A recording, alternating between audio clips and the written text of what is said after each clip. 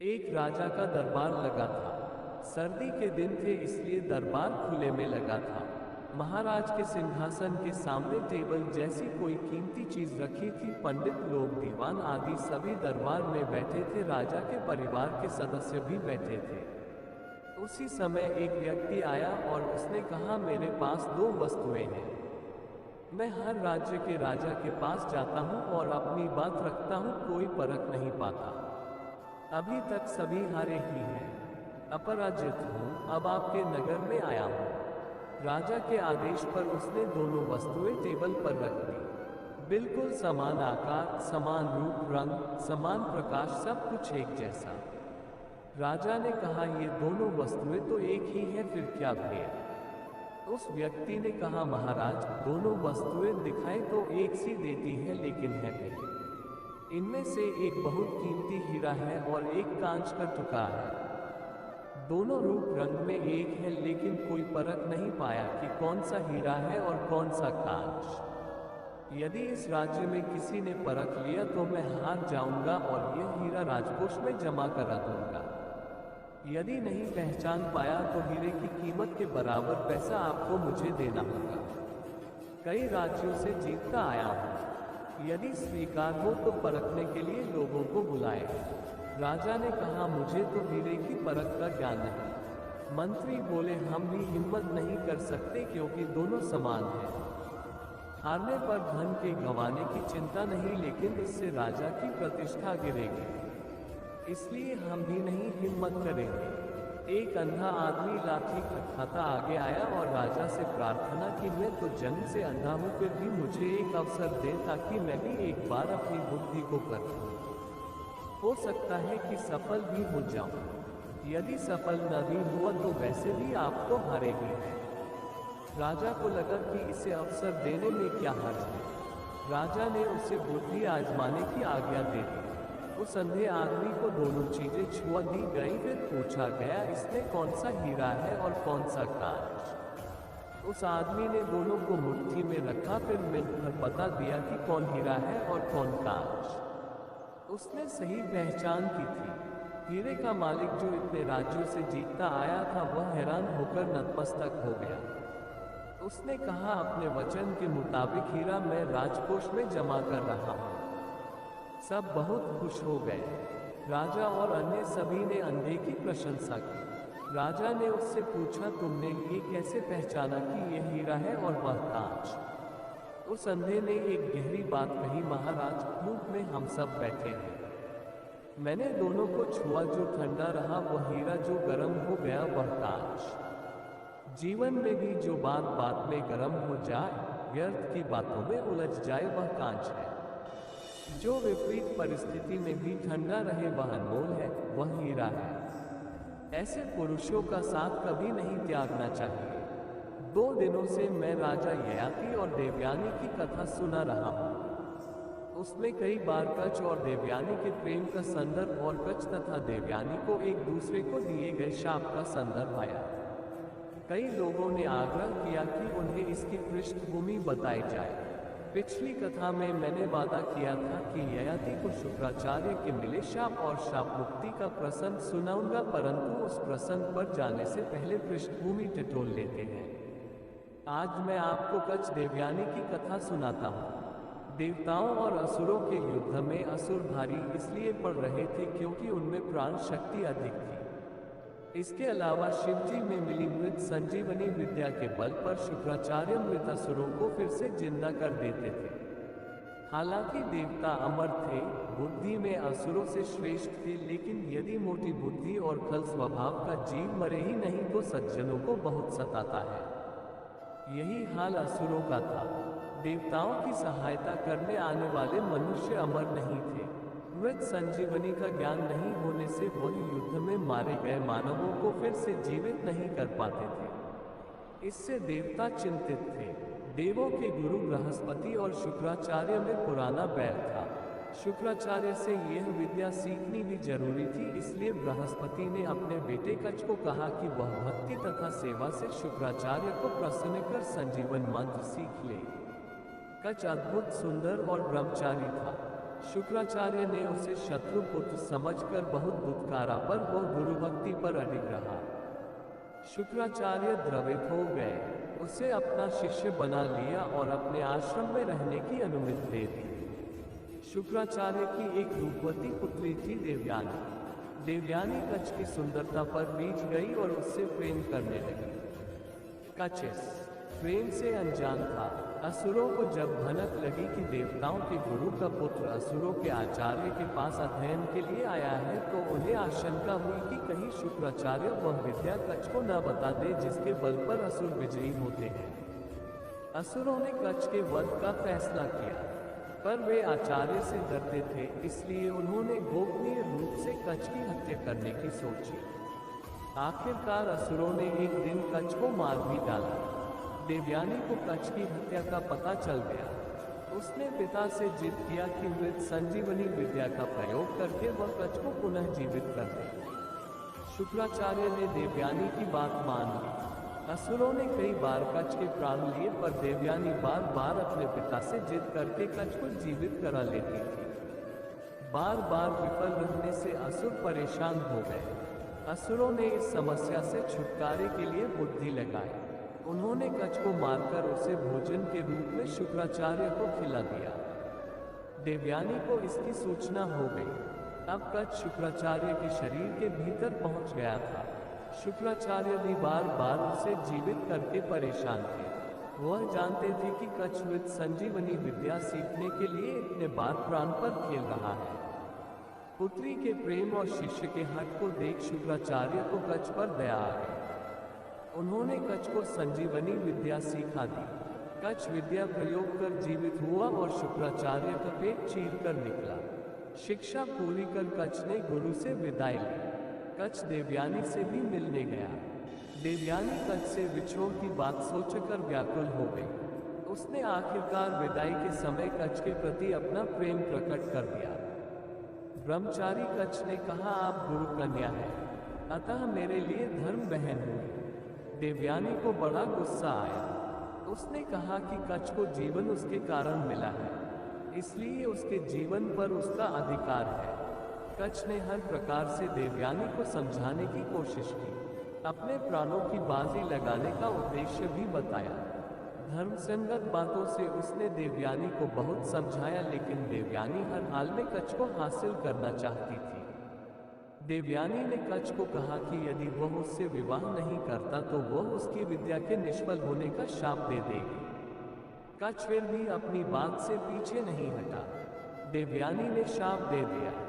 क्रोधित कच्छ ने भी देवयानी को शाप दिया कि प्रेम में पागल होकर वह अनैतिक कार्य को उतारू है, इसलिए उसे कोई ब्राह्मण अपनी पत्नी रूप में स्वीकार नहीं करेगा।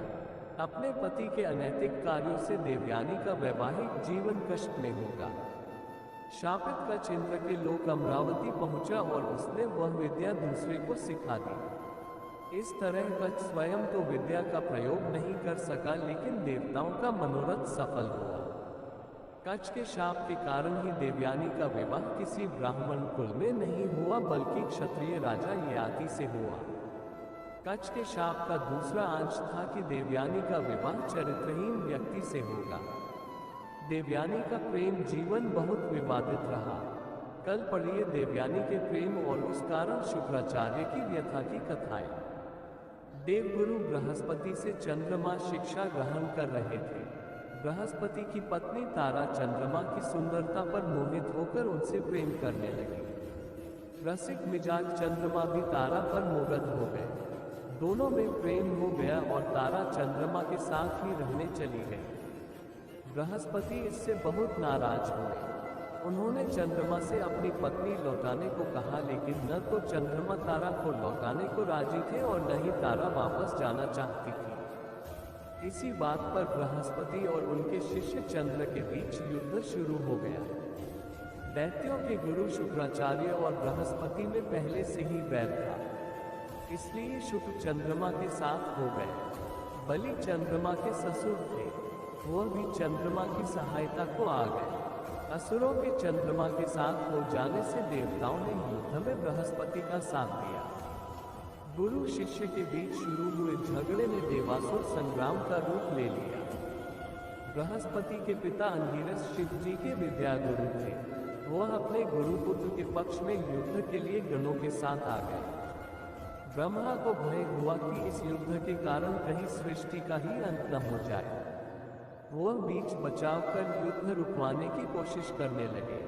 ब्रह्मा तारा के पास गए और समझाया कि उसके प्रेम संबंध के कारण संसार खतरे में है, उसे बृहस्पति के पास चले जाना चाहिए। तारा चंद्रमा को छोड़ वापस बृहस्पति के पास चली गई। तारा गर्भवती थी। बृहस्पति को पता चला तो उन्होंने तत्काल गर्भत्याग को कहा। गर्भत्याग से बालक का जन्म हुआ। चंद्रमा और बृहस्पति दोनों को बालक को प्राप्त करने की लालसा जागी। दोनों बुध पर दावा करने लगे। एक बार फिर बृहस्पति और चंद्रमा में ठन गई। ब्रह्मा बीच बचाव को आए। उन्होंने तारा से पूछा कि यह बालक किसका है, लेकिन तारा ने कोई उत्तर नहीं दिया। आखिरकार अपने पिता के कहने पर बृहस्पति उस बालक को चंद्रमा को देने को तैयार हो गए। चंद्र ने बालक बुध को रोहिणी और कृत्तिका नक्षत्र रूपी अपनी पत्नियों को पालन पोषण के लिए सौंप दिया। बड़े होने पर बुध को अपने जन्म की कथा सुनकर शर्म व ग्लानि होने लगी। उसने माता से पूछा कि वह किसका पुत्र है, तो माता ने चंद्रमा का नाम लिया। बुध हिमालय में श्रवणवन पर्वत पर जाकर तपस्या करने लगे। तब से प्रसन्न होकर विष्णु भगवान ने उसे दर्शन दिए। वरदान स्वरूप वैदिक विद्याएं एवं सभी कलाएं प्रदान की। शांत विचार होने के कारण वह देवों को प्रिय हुए। बुध के पुत्र पुरुरवा पर स्वर्ग की अप्सरा उर्वशी मोहित हो गई और उनसे विवाह किया। उर्वशी पर अधिकार को लेकर इंद्र और पुरुरवा में युद्ध ठन गया था। किसी नगर में कौशिक नामक एक क्रोधी और निष्ठुर ब्राह्मण रहता था। उसे कोढ़ की बीमारी थी। उसकी पत्नी शांडिली अत्यंत मां दुर्गा की बड़ी भक्त था। वह बड़ी पतिव्रता थी और कोढ़ से सड़े गले पति को सर्वश्रेष्ठ पुरुष और पूजनीय समझती थी। एक रात वह अपने पति को कंधे पर लादकर कहीं लेकर जा रही थी। रास्ते में कहीं मांडव्य मुनि को उसके पैरों की ठोकर लग गई। ऋषि क्रोधित हुए और शाप दे दिया, मूर्ख स्त्री, तेरा पति सूर्योदय होते ही मर जाएगा। ऋषि के शाप को सुनकर शांडिली बोली, महाराज, भूल से मेरे पति का पैर आपको लगा। जानबूझकर आपका अपमान नहीं किया, फिर भी आपने शाप दिया। मैं शाप देती हूँ कि जब तक मैं न कहूँ तब तक सूर्य ही उदय न हो। मांडव्य आश्चर्य में पड़े खड़े थे। उन्होंने कहा, तुम इतनी बड़ी तपस्विनी हो कि सूर्य की गति रोक सकती हो। शांडिली बोली, मैं तो भगवती की शरणागत हूँ, वही मेरे पतिव्रत धर्म की रक्षा करेगी। उसकी बात निष्फल नहीं रही। सूर्य अगली सुबह से लेकर 10 दिन तक नहीं निकले। ब्रह्मांड संकट में आ गया। देवताओं को बड़ी चिंता हुई। वे अनुसुईया जी के पास पहुंचे। अनुसुईया जी सबसे बड़ी पतिव्रता स्त्री थी। उनका प्रभाव देवों से भी अधिक था। देवों ने कहा, माता, एक पतिव्रता के प्रभाव के कारण संसार में संकट आ गया है। आपसे ज्यादा योग्य संसार में कोई और स्त्री नहीं होगी जो एक पतिव्रता शांडिली को समझाकर उसका क्रोध शांत कर सके। अनुसुईया जी शांडिली के पास पहुंची और उसके कारण उत्पन्न हुए संकट का प्रभाव बताकर वचन वापस लेने का अनुरोध किया। अनुसुईया जी ने कहा, तुम्हारे पति की मृत्यु के बाद उन्हें फिर से जीवित और स्वस्थ करने का मैं वचन देती हूँ। शांडिली को भरोसा हो गया। उसने अपना वचन वापस ले लिया और सूर्य की गति को की अनुमति दे दी। सूर्योदय के साथ ही मांडव्य के शाप के कारण उसका पति मर गया। अनुसुईया जी ने सूर्य का आह्वान करते हुए कहा, मेरे पतिव्रत में यदि शक्ति है तो आप इसे मृत पुरुष को पुनः जीवन, स्वास्थ्य और 100 वर्ष तक सुखद गृहस्थ जीवन का आशीर्वाद मिले। मांडव्य ने इसे अपने अहम का प्रश्न बना लिया और बोले, मेरे शाप को कोई काट नहीं सकता। इसे जीवित करने का प्रयास करना व्यर्थ है। अनुसुईया जी ने भगवती का स्मरण किया, माता, मेरी लाज रखकर मांडव्य का अहंकार चूर करे। अनुसुईया माता की स्तुति करने लगी। माता वहां प्रकट हुई और कौशिक को जीवन और स्वास्थ्य प्रदान किया। मांडव्य का अहंकार समाप्त हो गया। मांडव्य बोले, आज मैंने 2 पतिव्रता नारियों की शक्ति देखी। पतिव्रता स्त्रियों में स्वयं भगवती का वास हो जाता है। हे भगवती, मैं अपनी शक्तियों के अनुचित प्रयोग के लिए क्षमा मांगता हूँ। राजा जनश्रुति बड़े उदार हृदय तथा दानी थे। प्रजाहित के जितने भी कार्य संभव हो या उन्होंने करा रखे थे। कहते हैं राजा ने ऐसी व्यवस्था कर रखी थी कि बिना श्रम किए भी कोई अच्छा जीवन बिता सकता था। प्रजाहित ने किए जनश्रुति के कार्यों की सर्वत्र प्रशंसा होती थी। इससे राजा को यह अभिमान भी हो गया कि वह सर्वोत्कृष्ट राजा है, देवराज इंद्र से भी ज्यादा योग्य। एक दिन कुछ हंस दूर से उड़ते हुए आए और रात व्यतीत करने के लिए राजा के महल की छत पर बैठ गए। हंस आपस में वार्तालाप करने लगे। जनश्रुति पक्षियों की भाषा समझता था। वह हंसों की बात सुनने लगा। एक हंस व्यंग्य से बोला, जनश्रुति ने इतने पुण्य कार्य किए हैं कि उसका तेज चारों ओर बिजली के समान फैल गया है। कहीं उससे छू मत जाना, नहीं तो तुम सब भस्म हो जाओगे। दूसरे हंस ने उत्तर दिया, इसी राज्य में ब्रह्मज्ञानी वैक रहता है।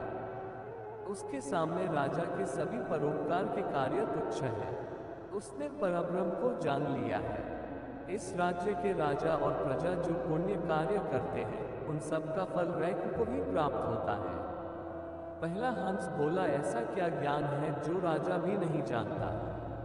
वह तो समझता है कि उससे बढ़कर कोई दानी ज्ञानी है ही नहीं। दूसरे हंस ने उत्तर दिया, जिस तत्व को ज्ञानी वैक जानते हैं, यदि उसे कोई अन्य भी जान ले तो उसे भी उन्हीं की भांति दूसरों के पुण्य फल प्राप्त होंगे।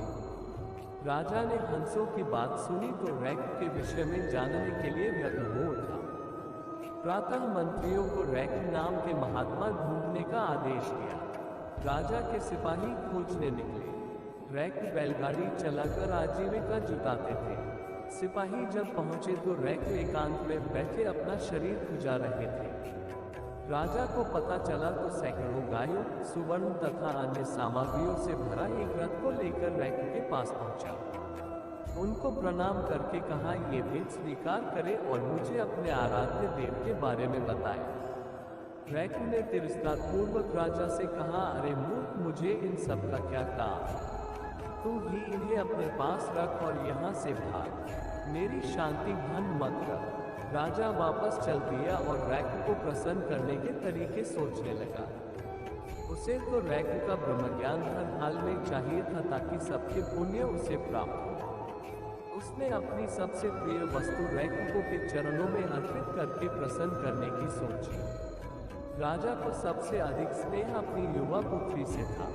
इस बार राजा 1000 गाय, सामग्री से भरा रथ, सुवर्ण के आभूषण तथा अपनी कन्या को लेकर महाज्ञानी वैक के पास पहुंच गया। उसने वैक को सभी वस्तुओं समेत अपनी कन्या देकर कहा कि आप इससे विवाह कर रिश्तेदार हो और मुझे ब्रह्मज्ञान प्रदान करें। महात्मा वैक समझ गए कि राजा की जिज्ञासा सच्ची है, लेकिन सांसारिक वस्तुओं के प्रति राजा के प्रेम से वह दुखी थे। वैक ने समझाया, क्या तुम इन सांसारिक वस्तुओं से ब्रह्मज्ञान खरीद सकते हो? अरे मूर्ख, ये सब तुच्छ है। ईश्वरीय ज्ञान के समक्ष इनकी कोई महत्ता नहीं है। ये सब नाशवान है। इनका मोह त्यागो तभी ज्ञान प्राप्त कर सकते हो। राजा की आंख खुल गई।